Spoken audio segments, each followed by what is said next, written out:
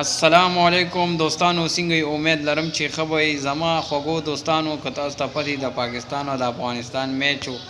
نو دا پهلوان کلاړي چې دی دا د پاکستان کلاړي دا لږ کمزوری دی، خو به نجیم سیړي صاحب صرف وربغولي نو ده ته د کس اشاره کوي، دا تنان ورته اشاره کوي چې یاره ته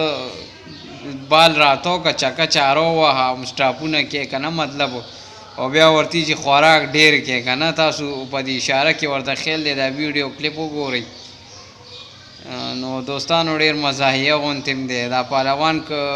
سوچ وکړي نو دا پهلوان هېڅ مال هم نه دی، لکه بیخي کمزوری دی که نه، سټاپونه هم نشي کولی، ویکټ هم نشي ایسارولی، او بل دا چې چکه چارې چل خو ورتلی هم نشي،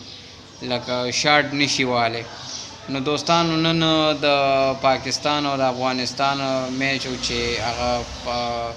افغانستان سیریز وګټلو، 2 میچ یې وګټل او پاکستان پکې یو میچ وګټلو، سیریز یې پیللو خو بیا